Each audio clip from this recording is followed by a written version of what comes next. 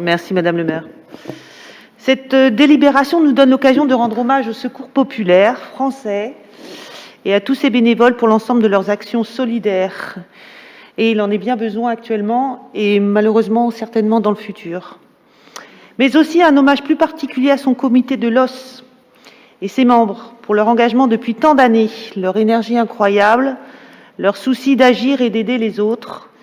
Ils soutiennent actuellement 200 familles, soit environ 520 personnes, tous bénéficiaires réguliers, en nombre malheureusement croissant depuis la pandémie, et à qui ils ouvrent leurs portes, il faut le souligner, 3 fois par semaine et toute l'année.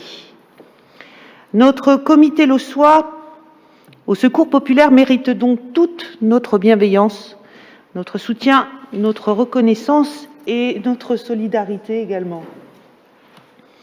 Depuis 2013, l'association a emménagé donc au 85 rue Potier, un emplacement visible et reconnu qu'elle souhaite conserver.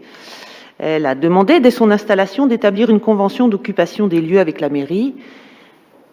Depuis, ce comité lossois a également émis le souhait de pouvoir occuper plus d'espace dans ces locaux. En effet, le nombre de bénéficiaires a augmenté et les volumes de stockage nécessaires des denrées et matériels sont de plus en plus importants. Quelques 8 années plus tard, nous y sommes donc, une convention d'occupation des lieux est mise au vote aujourd'hui. Une convention qui nous a été présentée comme rédigée en concertation avec le comité du secours populaire lossois. Et renseignements pris auprès de l'association, celle-ci n'a pas donné son assentiment sur 2 points importants de cette convention. Tout d'abord, sur sa durée, 1 an. Il est proposé 1 an dans la convention actuelle, au lieu des 3 ans souhaités, une durée qui lui permettrait de sécuriser les actions dans le temps. L'autre point concerne un paragraphe de l'article 2 qui stipule que l'association ne peut plus utiliser d'installations provisoires de type tonnelle ou tente dans le jardin qu'elle occupe. Cette clause impliquerait l'arrêt, du jour au lendemain, de la brocante et d'une partie de l'épicerie solidaire dont bénéficient actuellement 450 personnes chaque semaine.